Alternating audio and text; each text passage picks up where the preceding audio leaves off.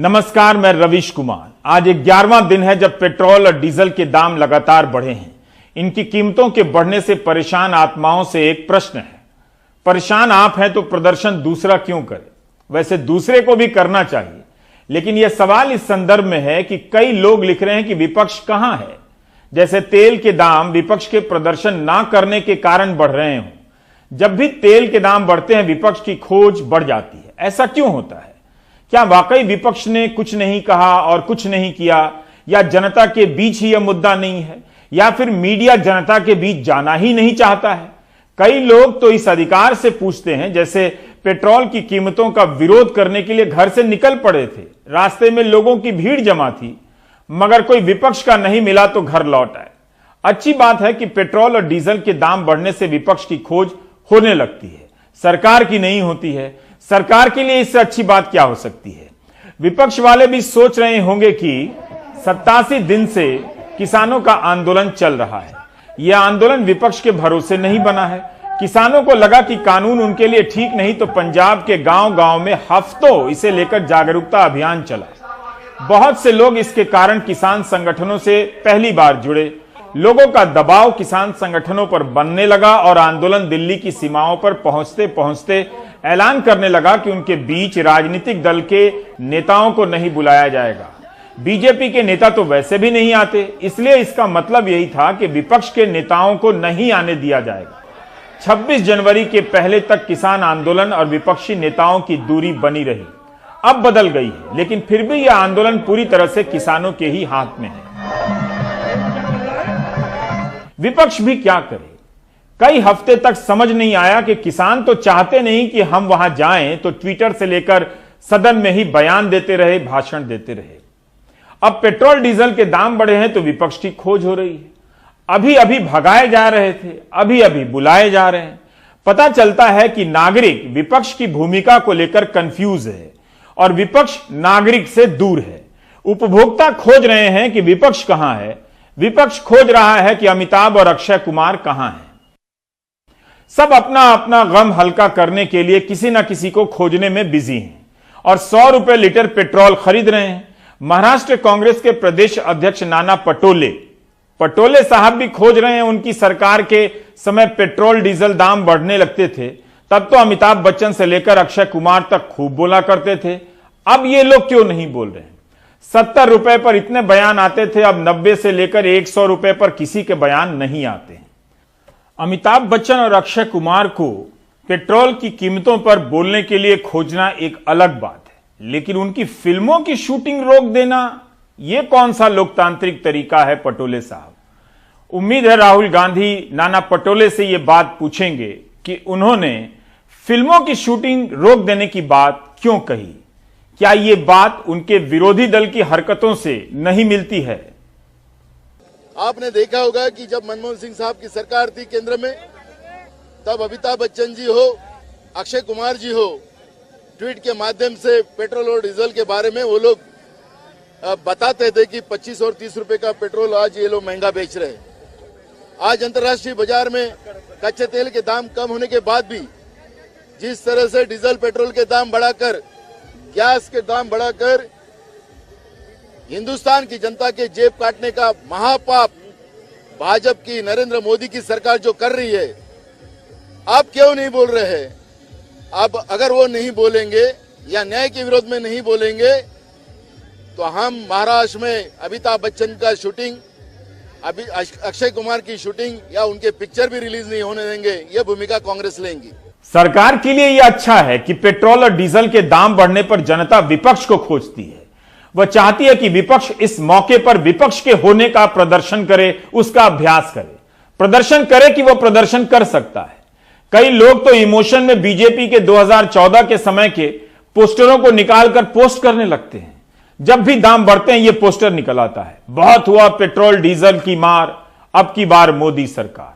आज के विपक्ष का पोस्टर या उसके नारे पसंद नहीं आ रहे तो लोग उस समय के विपक्ष के पोस्टर से ही काम चलाने लगते हैं। पेट्रोल डीजल के दाम हर बार बढ़ते गए तो स्कूटर खड़ा कर दिया, बस से चलने लगे। महंगाई को लगातार बढ़ाने वालों, जनता माफ नहीं करेगी। चलो हालात बदले, देश की सरकार बदले, भाजपा को वोट दे, अब की बार मोदी सरकार।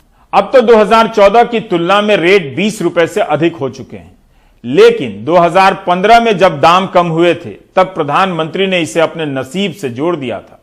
तब प्रधानमंत्री को नहीं पता था कि एक दिन 100 रुपया लीटर हो जाएगा। मुझे बताइए, पेट्रोल के दाम कम हुए कि नहीं हुए? ऐसे नहीं, पूरी ताकत से बताइए, पेट्रोल के दाम कम हुए कि नहीं हुए? डीजल के दाम कम हुए कि नहीं हुए? आपके जेब में थोड़ा बहुत पैसा बचने लगा कि नहीं बचने लगा? आपका फायदा हुआ कि नहीं हुआ? अब हमारे विरोधी लोग कहते हैं कि ये तो मोदी नसीब वाला है, इसलिए हुआ है। अब मुझे बताइए, आपको नसीब वाला चाहिए कि कम नसीब चाहिए? चलो भाई, मान लिया नसीब वाला है, लेकिन रुपया तो आपकी जेब में बचा ना। अगर मोदी का नसीब देश की जनता के काम आता है तो इससे बढ़िया नसीब की बात क्या होती है भाई? ये देश का दुर्भाग्य रहा। अगर नसीब के कारण पेट्रोल के दाम कम होते हैं, अगर नसीब के कारण डीजल के दाम कम होते हैं, अगर नसीब के कारण सामान्य मानवी के जेब के पैसे बच जाते हैं, तो फिर बदनसीब को लाने की जरूरत क्या है मेरे भाइयों? पेट्रोल सस्ता हो जाए इससे मतलब होना चाहिए, नसीब और बदनसीब से नहीं। राहुल गांधी से लेकर तेजस्वी यादव नियमित रूप से पेट्रोल की कीमतों को लेकर ट्वीट करते रहते हैं और बयान देते हैं।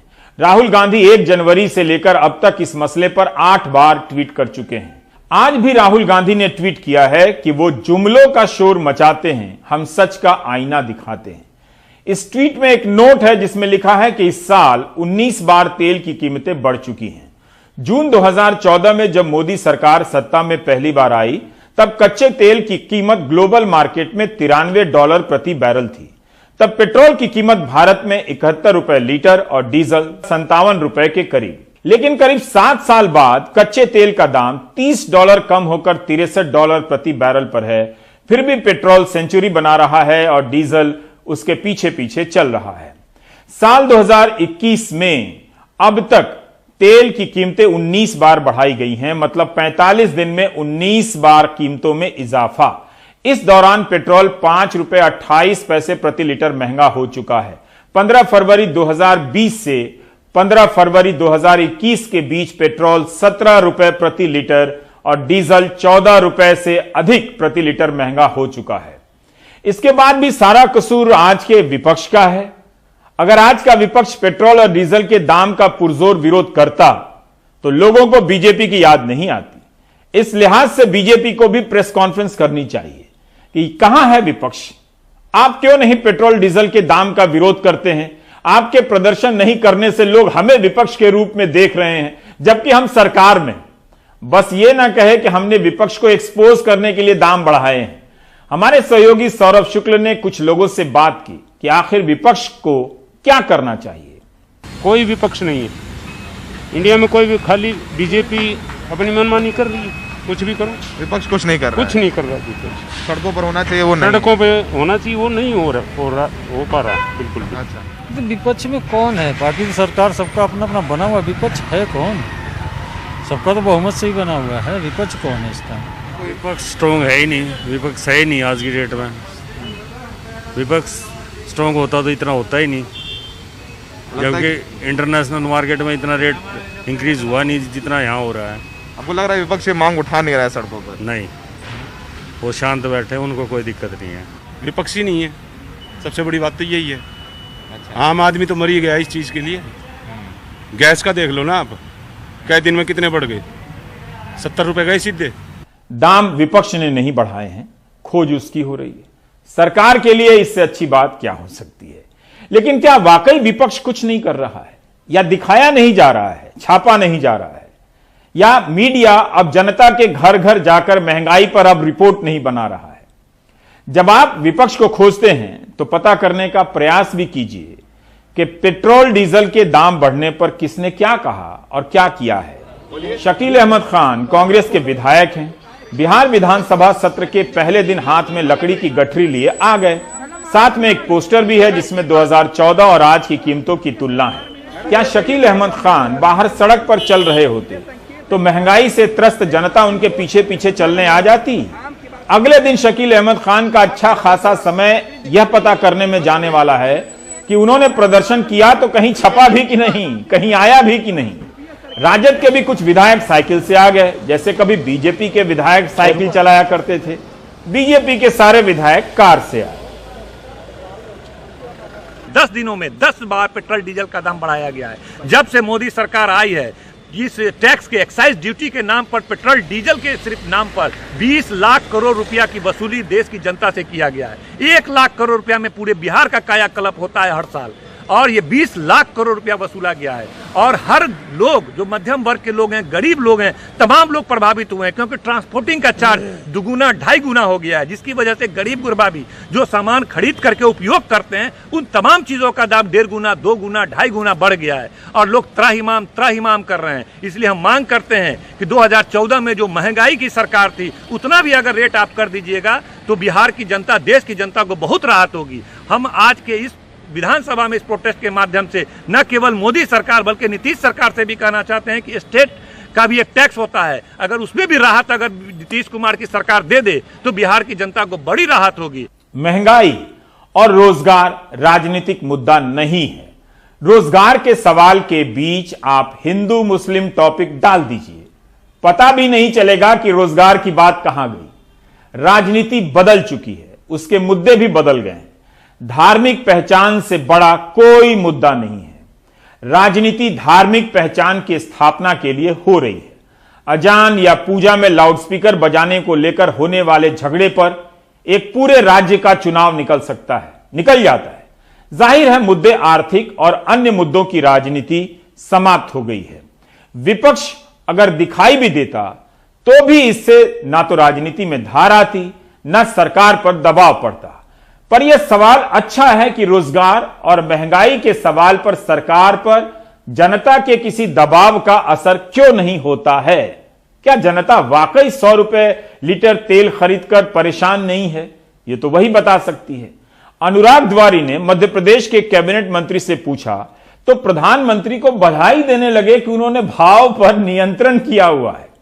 देखिए, आगे आने वाले दिनों में मैं नरेंद्र मोदी जी को बहुत बधाई दूंगा कि उन्होंने इस अंतर्राष्ट्रीय जो भाव हैं उस पर हमारा कंट्रोल हो, उसकी व्यवस्था की है।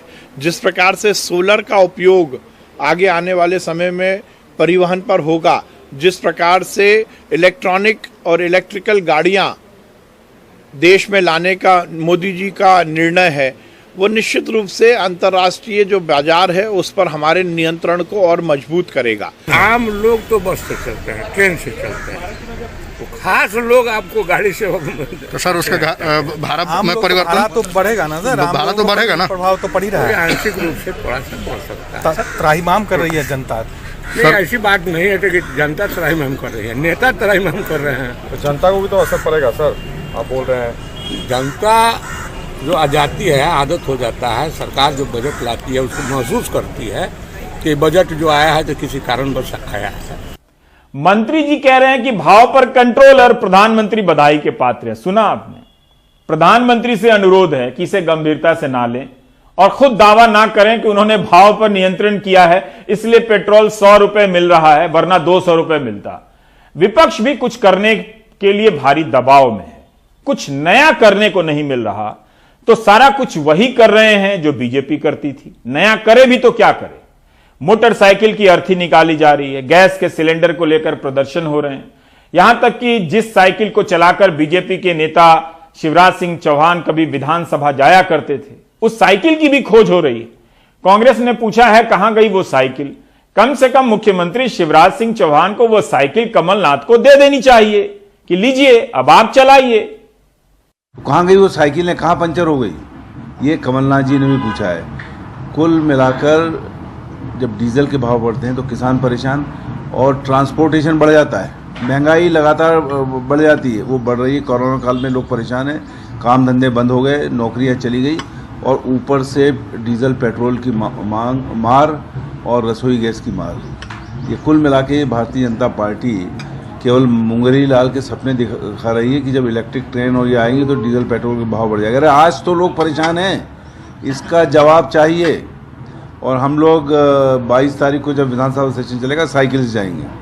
पेट्रोल और डीजल के दाम पहले भी बढ़ते रहे हैं, इस समय इसका असर पहले से कहीं घातक है। करोड़ों लोगों की नौकरी चली गई है, जिन्हें काम मिला भी है उन्हें कम सैलरी पर मिला है। बहुत से लोगों को महीनों से सैलरी नहीं मिली है। ऐसे लोग अपनी बचत से ही काम चला रहे होंगे, दिनों दिन गरीब हो रहे होंगे। फील्ड से रिपोर्टिंग न के बराबर होने के कारण आप नहीं जानते कि उज्ज्वला योजना के तहत जिन गरीबों को गैस के सिलेंडर दिए गए, क्या वो 800 रुपए का सिलेंडर खरीद पा रहे हैं? क्या मिडिल क्लास 800 रुपए का सिलेंडर खरीद पा रहा है? पिछले 2 महीने से वे गैस के सिलेंडर पर खाना बना रहे हैं या लकड़ी के चूल्हे पर लौट आए हैं? मोदी ने कह रखी है, क्या कहता फ्री में सिलेंडर कहाँ आए? हम कहा कहते चूल्हो जला रहे हैं, कहा 50 रुपए कंडा ला बताएं जब रोटी बनाता है, कहाँ से ले हमें 800 रुपया? पहले 500 550 का आकर तो भरवा ले गए, अब महंगा होगा तो कहाँ से भरवाए? 750 रुपए न होते हैं। ये खाली रखा है? हाँ खाली है। क्यों? अब क्या करे बता, जब महंगाई इतनी हो गया है तो अब मंदा हो जाए तो जब देख लेंगे भरवा का। चूल्हे पे ही काम कर रहे हैं? हाँ चूल्हे पे कर रहे हैं भैया हम तो चूल्हे पे काम चला लेते हैं। पेट पालने बाहर हो रहे, बताओ क्या करें, इतना महंगा कौन भरवाएगा? तो इस मारे भरवाते ही नहीं हम तो, 3-4 महीने हो जाते हैं। हमने सोचा ये सस्ता पड़ेगा हमें, जो हमारे पास नहीं था उसके लिए भी, चूल्हे के लिए भी, लेकिन अब देख रहे हैं तो ये भी महंगा है, जो हम नहीं कर पा रहे हैं इस चीज को। कब से नहीं भरवाया आपने? 3 महीने हो गए हमें। परेशानी आपकी है तो प्रदर्शन भी आपको ही करना चाहिए, उसके बाद ही दूसरे आएंगे। विपक्ष को तो साथ देना ही चाहिए। अब देखिए, मध्य प्रदेश के जबलपुर में एक प्रदर्शन चल रहा है। यह प्रदर्शन विपक्ष का नहीं है, ना ही उसके आने के इंतजार में रुका है, वहां के नागरिकों का प्रदर्शन है। जरूर इन प्रदर्शनों में सवाल होना चाहिए कि आखिर विपक्ष के सवाल जंगल, जमीन, हवा को लेकर क्यों नहीं बनते, जो नागरिकों के सवाल बनते हैं। डुमना जंगल 1800 एकड़ में फैला है। 150 साल पुराना यह जंगल जबलपुर के आसपास की जलवायु का पहरेदार है। 2005 में डुमना में IIT बना, उसके बाद से यहां कई तरह की योजनाओं की आधारशिला रखी जा रही है। 5 सितारा होटल बनने वाले हैं, अंतर्राष्ट्रीय स्टेडियम बनने की बात हो रही है। इस कारण जंगलों की कटाई भी हो रही है, तो उसे रोकने के लिए 15 से 25 साल के युवाओं का समूह विरोध प्रदर्शन कर रहा है। कानूनी मदद देने के लिए 4-5 वकीलों का एक समूह भी है। विकास के नाम पर गतिविधियों के बढ़ने से वन्य जीवों पर बुरा असर पड़ेगा। युवा चाहते हैं कि विकास हो, लेकिन जंगलों की कीमत पर नहीं। इसलिए मांग कर रहे हैं कि डुमना में कोई निर्माण ना हो, इसे हरित पट्टी के रूप में रहने दिया जाए। प्राकृतिक जंगलों की भरपाई आप वृक्षारोपण से नहीं कर सकते हैं। तो इस तरह आपने देखा कि जिन्हें लगता है कि कुछ सवाल गलत हैं, तो प्रदर्शन भी वे खुद ही करते हैं। हम समझ सकते हैं कि पेड़ जरूरी हैं, और हम चाहते हैं कि हमारी अथॉरिटीज भी समझ पाएं कि जिस पेड़ को 100 साल लगे ग्रो करने को, उसको 10 सैपलिंग्स रिप्लेस नहीं कर सकते। डेवलपमेंट प्लान्स कहीं और भी किए जा सकते हैं, ना कि एक ऐसे जोन में जो कि जबलपुर का लंग कहलाता है, जहां से हमें जबलपुर की जनता के लिए शुद्ध वायु मिलती है। 11 फरवरी को लोकसभा में राहुल गांधी ने किसान आंदोलन में 200 किसानों की मौत पर 2 मिनट का मौन रखा। इसके विरोध में बीजेपी के 3 सांसदों ने विशेषाधिकार हनन का नोटिस दिया है, क्योंकि मौन रखना असंसदीय बर्ताव बताया गया है। आज बिहार विधानसभा में जैसे ही विपक्ष के नेता तेजस्वी यादव ने मृतक किसानों के बारे में शोक प्रस्ताव पास करने का अनुरोध किया, विधानसभा अध्यक्ष विजय सिन्हा ने सदन स्थगित कर दिया। लेकिन उसके पहले यह जरूर कहा कि वे सदन की तरफ से शोक प्रस्ताव भेज देंगे। मैं अपनी तथा संपूर्ण सदन की ओर से शोक संतप्त परिवार के पास संदेश भेजवा दूंगा। शोक संतप्त किसान जो शहीद हुए हैं महोदय किसान आंदोलन में, अब सभा की बैठक सोमवार दिनांक 22 फरवरी 2021 को 11 बजे पूर्वाह्न तक के लिए स्थगित की जाती है। किसान नेता राकेश टिकैत ने कहा है कि आंदोलन वापस नहीं होगा, भले ही एक फसल में आग लगानी पड़े तो लगा देंगे। काफी सख्त बयान है। फसलों पर इतना जुल्म क्यों? क्या महापंचायतों के कारण अब दिल्ली की सीमाओं पर आंदोलन कमजोर होने लगा है? भारतीय किसान यूनियन के हरियाणा के प्रदेश अध्यक्ष गुरनाम सिंह चढ़ूनी ने अनुरोध किया है कि हरियाणा और पंजाब में खाप पंचायतों का दौर बंद कर दिया जाए। यहां जागरूकता की कोई कमी नहीं है। इसके बजाय यूपी, राजस्थान और अन्य प्रदेशों में महापंचायतें तेज की जाएं। मैं अनुरोध करूंगा कि हरियाणा और पंजाब से ये पंचायतें सभी भाई बंद कर दें।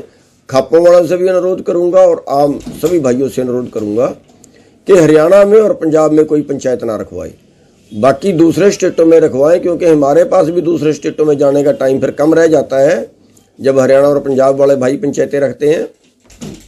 तो हरियाणा और पंजाब वाले भाई तो ज़्यादा ध्यान धरनों पे दें, वहाँ पे सिस्टम बनाएं कि हर गांव से इतने आदमी वहाँ पे परमानेंट रहेंगे। क्या किसान नेता अपने आंदोलन को गांव-गांव तक पहुंचा पाएंगे अपने दम पर? उत्तर प्रदेश में भी महापंचायतें कुछ कम नहीं हुई हैं, हालांकि ज्यादातर पश्चिम में हुई हैं। पश्चिम यूपी के इलाके में राजनीतिक दल भी अपनी पहुंच बनाने के लिए महापंचायतों की होड़ कर रहे हैं। कांग्रेस महासचिव प्रियंका गांधी 20 फरवरी को मुजफ्फरनगर के बघरा गांव की महापंचायत में शामिल होने जा रही हैं। उधर राजस्थान में आज जयपुर के पास चाकसू तहसील के कोटखावदा में सचिन पायलट की महापंचायत हुई। इसका आयोजन कांग्रेस के ही विधायक वेद प्रकाश सोलंकी ने किया। इस महापंचायत में नरेश मीणा भी शामिल हुए। बड़ी संख्या में लोग मौजूद थे। दौसा में सबसे पहले सचिन पायलट ने महापंचायत में हिस्सा लिया था। उसके बाद भरतपुर में भी महापंचायत की है। इसके पहले मुख्यमंत्री अशोक गहलोत और राहुल गांधी के साथ महापंचायत में भी सचिन हिस्सा ले चुके हैं। और यहाँ मैं कहता सारी संपत्ति हमारी। राजनीतिक दलों की महापंचायतों में राष्ट्रीय लोक दल के नेता जयंत चौधरी बाजी मार चुके हैं। राकेश टिकैत के रोने की घटना से पहले से ही जयंत चौधरी ने महापंचायतें शुरू कर दी थी। 12 जनवरी, 19 जनवरी, 23 और 28 जनवरी को 5 महापंचायतें कर चुके थे। 28 जनवरी को जब टिकैत ने आंदोलन को नया तेवर दिया, उसके बाद से अब तक जयंत चौधरी 18 महापंचायतें कर चुके हैं। जयंत ने अगले ही दिन 29 जनवरी को मुजफ्फरनगर में महापंचायत की थी।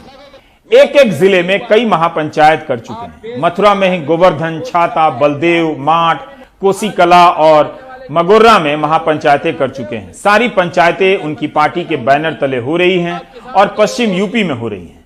यह सारा इलाका बीजेपी का ही है। बीजेपी के सांसदों और विधायकों का दबदबा है। अभी तक बीजेपी की तरफ से काउंटर रैलियों का ऐलान नहीं हुआ है।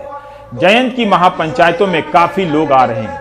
इन महापंचायतों में 2013 के दंगों का जिक्र आ रहा है। उस समय की बातों को लेकर अफसोस जाहिर किया जा रहा है। क्या वाकई इस अफसोस के सहारे जयंत उस सामाजिक एकता को बना पाएंगे जो दंगों के कारण बिखर चुकी है?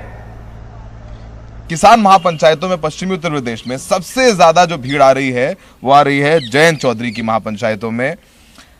जयंत चौधरी हमारे साथ हैं। करीबन 20 से ज्यादा इन्होंने किसान महापंचायतें की हैं 15 से 20 दिनों के टाइम में। जयंत जी, जबरदस्त भीड़ आ रही है महापंचायतों में आपकी। लोग ये कहने लग गए कि पश्चिमी उत्तर प्रदेश में जो आरएलडी जमीन पर वोट्स तो मिले आपको, लेकिन सीटें नहीं मिली आपको। तो कहीं ना कहीं किसानों के बहाने आप लोग अपनी राजनीति बेटर कर रहे हैं, अपनी जो खोई हुई जमीन है उसको वापस पाने में लगे हुए हैं। आरोप लगाया जा रहा है आप लोगों पर। देखिए, हमारा तो मुख्य वोट बैंक किसान ही था और हमेशा ही था। हमारी तकदीरें जो है बदली, उतार चढ़ाव आए, हर पार्टी के उसमें आते हैं, हर आदमी के जीवन में आते हैं, लेकिन हमारी सामाजिक जिम्मेदारियां तो हैं ना। अब जब किसानों पे जिस तरह से सरकार ने एक तरह से उन पे वार किया है और उनका अपमान कर रही सरकार, अब 3 महीने हो गए हैं, किसानों की अभी भी सुनवाई नहीं हो रही। सरकार तो ये कह देती है हमने 10 बार 11 बार बैठक कर ली है और अब और ऐसा लग रहा है कि और अड़ियल होती जा रही है सरकार। बिल्कुल उन्होंने हार्डन कर दिया अपना स्टांस। तो ऐसे में सभी राजनीतिक पार्टियों को, और हम लोग समाज का भी हिस्सा है, हमारी जिम्मेदारी थी कि उस आंदोलन को हम संगठित करें, उसको धार दें और सरकार को एहसास दिलाएं कि ये एक क्षेत्रीय आंदोलन नहीं है, ये एक जातीय आंदोलन नहीं है, ये एक बहुत बड़ा आंदोलन है, राष्ट्रव्यापी आंदोलन है। और जब तक राजनीतिक चोट का एहसास उनको हम नहीं देंगे, कोई भी सरकार बहुमत पे है, दूसरी बार लौट के आए हैं, they are very very self assured, they are very self confident, Modi ji को लगता ही नहीं है कि कहीं वो चुनाव हार सकते हैं। उस आत्मविश्वास को जब तक हम नहीं हिलाएंगे तब तक नागरिकों की बात, किसानों की बात, छात्रों की बात, कल को कोई और आंदोलन होगा उनकी सुनवाई ढंग से ये सरकार करने वाली नहीं है। जैन जी, क्या आप मानेंगे 2013 के मुजफ्फरनगर दंगों के बाद कहा जाए जो राष्ट्रीय लोकदल है, आपके ग्रैंडफादर चौधरी चरण सिंह जी, आपके फादर चौधरी अजीत सिंह जी स्टालवर्ट लीडर्स हैं, अब आप देख रहे हैं सारा काम, आपको लगता है दंगों के बाद जो ट्रेडिशनल वोट था आरएलडी का, जाट मुस्लिम कॉम्बिनेशन बाकी जाति भी मिलती थी, वो कहीं ना कहीं शिफ्ट हो गया, पोलराइजेशन हुआ, उसका आरएलडी को बहुत नुकसान हुआ और इस किसान आंदोलन ने जाट मुस्लिम सबको हटा करके सबको किसान बनाने की कोशिश की है, तो आप लोगों को भी लगता है कि नहीं इस बहाने आपकी वापसी हो जाएगी? देखिए, मैं आपको सच बताऊं, वोट के पीछे बहुत बड़ा विश्वास होता है और बहुत कॉम्प्लेक्स सिस्टम है, कोई भी प्रिडिक्ट नहीं कर सकता वोटर कहाँ जाएगा, क्या होगा। बड़े बड़े पंडित आते हैं, स्टूडियो में बैठते हैं, अनुमान कोई भी नहीं कर सकता, हम लोगों को भी नहीं पता रहता। और आजकल तो स्थितियाँ ये हैं कि आपकी सभाएं बहुत बड़ी होती हैं, लोग हाथ उठाते हैं, लेकिन ऐन वक्त पे क्या चीज़ हो जाए तो बहुत डायनामिक सिचुएशन है। लेकिन फिर भी मैं मानता हूँ कि वे कम्युनिटीज़ साथ में वोट करती हैं जो एक दूसरे पर विश्वास करें। निश्चित तौर पर जब हिंसा हुई और आपस में ही हिंसा हुई, उसका प्रभाव सोशल फैब्रिक पे पड़ा, वहाँ के जीवन पर पड़ा, वहाँ के व्यापार और व्यवसायों पर पड़ा और वहाँ के राजनीति पे भी पड़ा।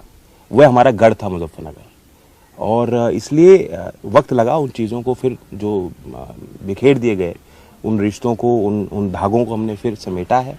और अच्छी बात ये, अच्छे संकेत हैं, सरकार को बुरा नहीं मानना चाहिए, आज उनका विरोध हो रहा है, लेकिन अगर हम सब लोग सरदार हों, हिंदू हों, मुसलमान हों, सब कास्ट के लोग आ रहे हैं और कह रहे हैं हमारी पहचान खेती से है या हमारी पहचान गांव से है, यही असली भारत है। सर, आपकी तमाम महापंचायतों में हमने देखा तमाम बुजुर्ग लोग हैं जो हाथ जोड़ के आपसे माफी मांग रहे हैं कि नहीं देखिए हमने आपका साथ नहीं दिया, अब हम जाग गए हैं, नमक लेकर एक कस्में खा रहे हैं कि हमने जो छोड़ दिया था चौधरी साहब को, हम चौधरी साहब के साथ में। हमने देखा है लोग भावुक हो रहे हैं, आपसे हाथ जोड़ के माफी मांग रहे हैं, तो फिर जाहिर सी बात है ना, वो तो आपसे कह रहे हैं देखिए भैया हम बीजेपी के साथ चले गए थे, हमसे गलती हो गई, हम आपके पास वापस आ रहे हैं। तो इसका राजनीतिक लाभ तो मिल रहा है अजीत सिंह जी को और आपको। बिल्कुल मिल रहा है, उसमें कोई बुराई नहीं है।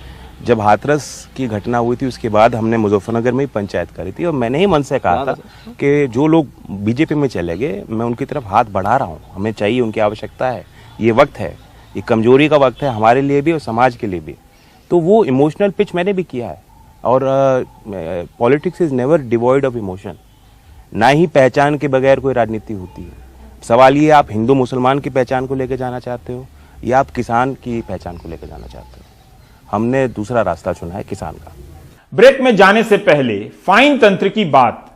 जब मोटर व्हीकल एक्ट आया तब जुर्माना की राशि को लेकर एक प्राइम टाइम में हमने चर्चा की थी कि क्या ट्रैफिक नियमों को लागू करने का यही एकमात्र तरीका है? अगर है तो फाइन की राशि कितनी होनी चाहिए? ओला उबर के कई चालक मिलते हैं जो साधारण लोग होते हैं, कहते हैं कि महीने की कमाई फाइन में चली जाती है। सड़क की डिजाइन खराब हो, लाल बत्तियों की पोजीशन स्पष्ट ना हो तो इसके लिए कोई बात नहीं होती। आज दिल्ली पुलिस ने बताया कि दिल्ली शहर के लोगों ने नए मोटर व्हीकल एक्ट के तहत 124 करोड़ का जुर्माना दिया है। यह छोटी राशि नहीं है। इसी तरह कोविड-19 के नियमों का पालन ना करने पर दिल्ली के लोगों से 45 करोड़ से अधिक की राशि जुर्माने के तौर पर वसूली गई। 169 करोड़ रुपए फाइन के रूप में जनता से लिए गए। फाइन देने वाले सभी अमीर तो नहीं होंगे। हम धीरे धीरे फाइन तंत्र में बदलते जा रहे हैं। फाइन का एक मकसद यह भी है कि व्यवस्था बेहतर हो। क्या गरीब जनता की जेब से 225 करोड़ निकालकर वो मकसद पूरा हुआ? क्या 225 करोड़ छोटी राशि है? ब्रेक के बाद।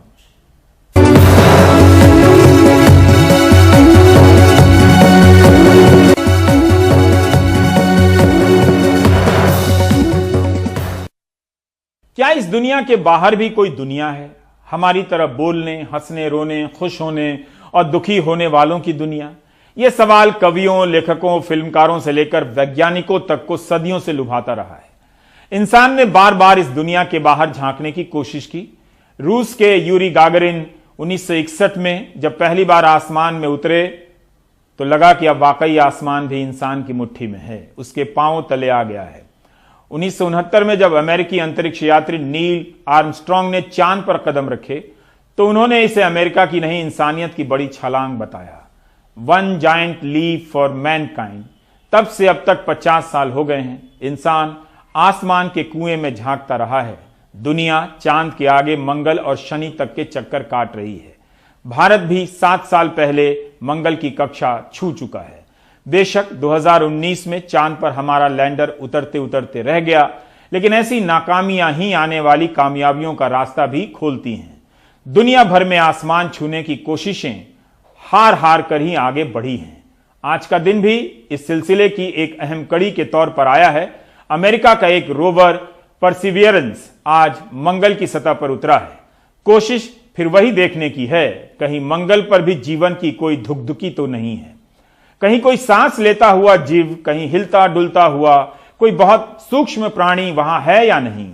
अंतरिक्ष के विशाल अनंत आंगन में फैली हजारों आकाश गंगाओं के बीच किसी धूल कण सी ये धरती अपनी किसी बहन को खोज रही है, और यह कविता हमारा विज्ञान लिख रहा है।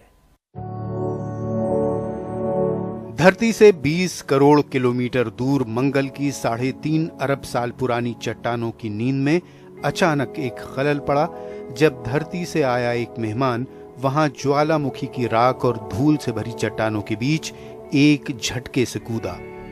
तब भारत में रात के 2:30 बजे थे। नासा का बनाया परसिवरेंस नाम का ये रोवर जेज़ेरो क्रेटर पर उतरा, जो करीब 50 किलोमीटर चौड़ा है। इससे 7 मिनट पहले ये 20,000 किलोमीटर प्रति घंटे की रफ्तार से मंगल के वातावरण में दाखिल हुआ था। इस घर्षण से उठी आग से बचाने के लिए इसमें एक हीट शील्ड थी। फिर इससे एक बास्केटबॉल के मैदान के आकार का सुपरसोनिक पैराशूट निकला, जिसने इसकी रफ्तार घटाई और फिर एक स्काई क्रेन की मदद से ये सतह पर उतरा। मंगल पर इसके उतरने का पहला सिग्नल बिल्कुल प्रकाश की गति से धरती की ओर चला और करीब 11 मिनट बाद धरती तक पहुंचा। आधी रात के बाद की या सुबह से पहले की ये कामयाबी अभी शुरू हुई है। परसिवरेंस मंगल की सैर के लिए नहीं गया है, वहां उसे रुकना है। वो वहां तब तक रुकेगा जब तक मंगल सूर्य की पूरी एक परिक्रमा नहीं कर लेता, यानी मंगल के पूरे 1 साल। धरती के हिसाब से जोड़ें तो ये करीब 2 साल वहां रहेगा। उसे वहां जीवन की संभावना देखनी है। ये देखना है कि किसी सुदूर अतीत में वहां जीने लायक स्थितियां थीं या नहीं, या आने वाले कल को होंगी या नहीं। जीवन की स्थितियों का मतलब मनुष्य जैसे प्राणी नहीं, बल्कि वे बहुत सूक्ष्म माइक्रोब जो सही माहौल मिलने पर पनप सकते हैं। इस काम के लिए वो कई उपकरणों से लैस है। रोवर में एक ड्रिल है जो वहां सबसे संभावनाशील चट्टानों और मिट्टी के नमूने जुटाएगा। इन्हें वो मंगल की सतह पर एक जखीरे में रखेगा। भविष्य में कोई यान इन नमूनों को धरती पर लाएगा। इसे भावी मंगल मिशन की चुनौतियों से निपटने के लिए तकनीक और जानकारी जुटानी है। ये भी देखने की कोशिश होगी कि मंगल के वातावरण से ऑक्सीजन पैदा किया जा सकता है या नहीं। भारत के लिए अमेरिका के इस मंगल मिशन का एक और पहलू है। भारत की एक बेटी इस मिशन में अहम भूमिका अदा कर रही है। स्वाति मोहन साल भर की थीं जब वो भारत से अमेरिका गईं। 9 साल की उम्र में स्टार ट्रेक देखकर अंतरिक्ष में उनकी दिलचस्पी पैदा हुई। हालांकि 16 साल तक वो बच्चों की डॉक्टर बनना चाहती थीं। उन्होंने कॉर्नेल यूनिवर्सिटी से मैकेनिकल एंड एरोस्पेस इंजीनियरिंग में ग्रेजुएशन किया। MIT से एरोनॉटिक्स में मास्टर्स और PhD की। उन्होंने कैसिनी मिशन में भी काम किया है। मौजूदा मिशन में वो रोवर का एटीट्यूड कंट्रोल सिस्टम देख रही हैं। 60 के दशक से अब तक मंगल के लिए करीब 60 यान चले हैं। इनमें से कामयाबी बस 5 को मिली है। अब सबकी नजर परसिवरेंस पर है। उसके कैमरे ने वहां से तस्वीरें भेजनी शुरू भी कर दी हैं। देखें ये तस्वीरें कौन सी नई दुनिया हमारे लिए खोलती हैं।